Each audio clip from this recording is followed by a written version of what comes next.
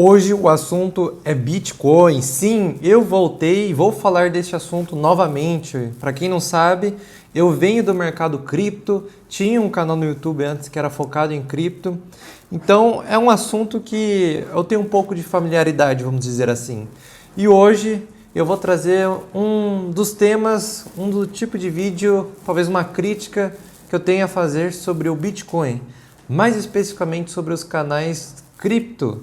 Porque creio eu que temos um problema aí. O mercado cripto é relativamente recente e até mesmo os conteúdos, pesquisas também estão começando por agora. Tanto é que se você for no meio acadêmico, não tem tantos artigos sobre este assunto comparado a outros temas de finanças. E qual que é o problema? Eu sei que no mercado cripto, principalmente todos os canais assim, os grandes especialistas focam muito sobre o Bitcoin, claramente, e dizem que a macroeconomia está sempre relacionada, então a gente deve sempre acompanhar taxa de juros, inflação, CPI, desemprego, como que está a economia nos Estados Unidos, sei lá, dados da China, sabe, várias coisas macroeconômicas que supostamente afetam o preço do Bitcoin. E curiosamente, até hoje nunca vi alguém fazer um estudo sério sobre isso ou me dar um esclarecimento que realmente faça sentido.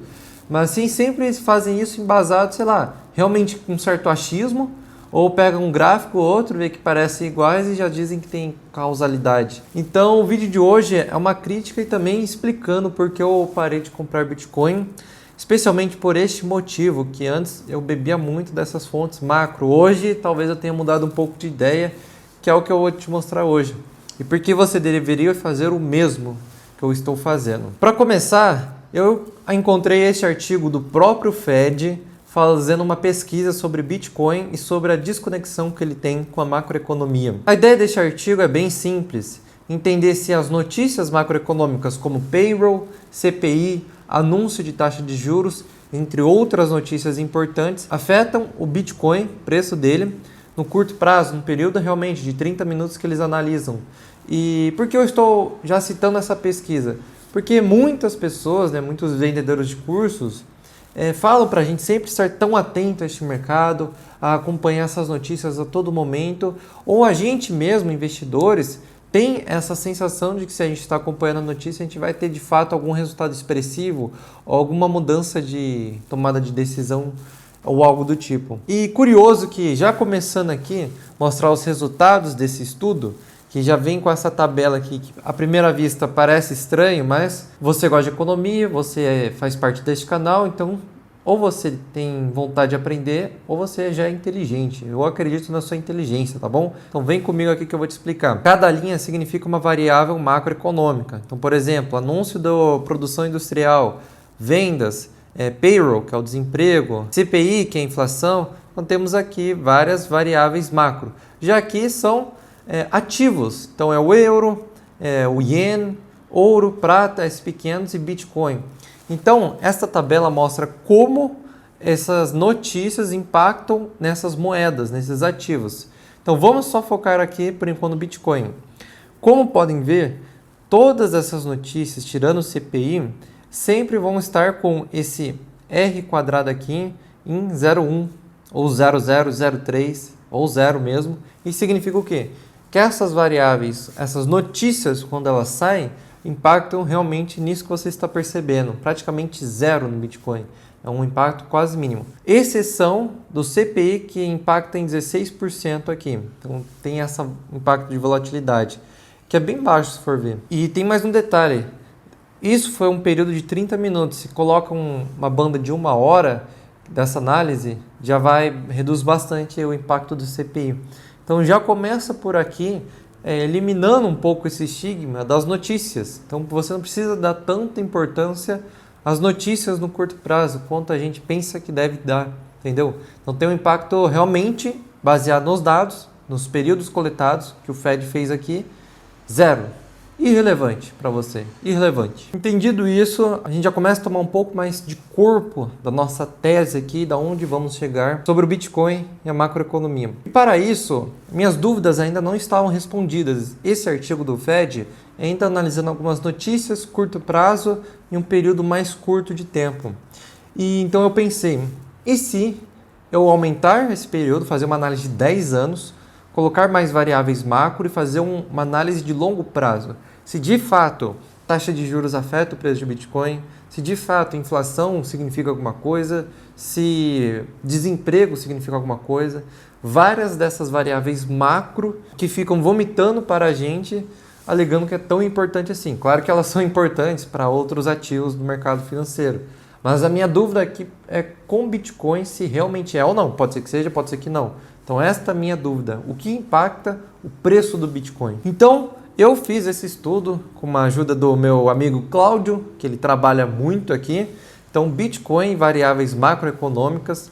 Utilizei o R, então está aqui o projeto que eu vou disponibilizar apenas na Escola da Economia, todo esse projeto, base de dados, como foi feito esse estudo, que aqui a gente já está entrando em pesquisa, em econometria, então tem muita coisa interessante aqui que você pode aprender e utilizar nas empresas. Então se você não quer perder esse tipo de conteúdo, esse tipo de material, recomendo que faça a sua inscrição. Primeiro o link da descrição ou no comentário fixado, tá bom? Continuando, vamos dar início aqui.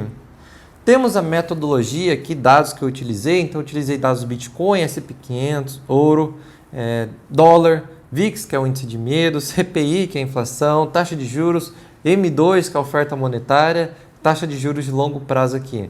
Quanta coisa aqui. Estas foram as metodologias estatísticas.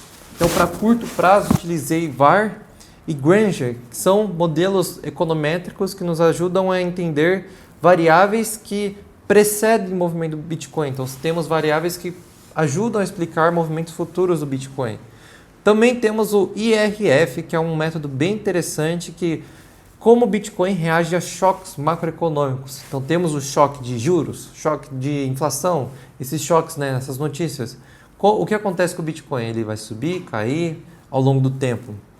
No médio prazo, já utilizei a correlação Rolling 12 meses aqui, que detecta mudanças de regime, então analisa a cada 12 meses se houve alguma mudança estatística, né, de correlação ou não. Esse FEVD, que é bem interessante, que a gente vai de fato ver o que contribui para a volatilidade do Bitcoin. E no longo prazo temos esses dois aqui, Johansen, equilíbrio de longo prazo, e Vacuum, que é outro modelo de equação e equilíbrio de ajuste. Mas calma lá, parece estranho, mas eu vou mostrar. Primeiramente, a gente tem que entender que eu peguei os dados de 2017 até 2026. Então, é nítido ver que como o Bitcoin valorizou, saindo de $1.000, por exemplo, chegando a quase $100.000. Então, a gente tem retornos mensais de 50% aqui, também negativo de 30%. Então, o Bitcoin, como sempre, bem volátil, mas é nítido que ele vai diminuindo a sua volatilidade. Isso é bem interessante. Então, começando de forma leve, falando sobre correlação. Correlação significa o quê? Ver se dois gráficos, né, dois comportamentos, dois objetos, eles andam de forma parecida. Se um sobe, o outro sobe. Se um cai, o outro cai. Então tem correlação positiva, mesmo movimento, e correlação negativa, movimentos opostos. Então o Bitcoin já vem apresentando, principalmente recentemente, uma certa correlação com o S&P 500, de forma positiva aqui. Então existe essa correlação, tratando o Bitcoin também como ativo de risco. Já alguns ativos aqui é quase indiferente aqui, com M2, CPI também é bem baixinho nesse caso, e o VIX, que é um pouco maior, que é o índice de medo. Quando o VIX está muito alto, o Bitcoin tende a cair, né? As pessoas estão com muito medo. Quando as pessoas estão com menos medo, o Bitcoin tende a subir. Então, a gente tem agora a correlação de Rolling 12 meses, que mostra a correlação do Bitcoin de cada ativo nos últimos 12 meses. É como se fosse um filme. Aqui foi uma foto e aqui é o filme.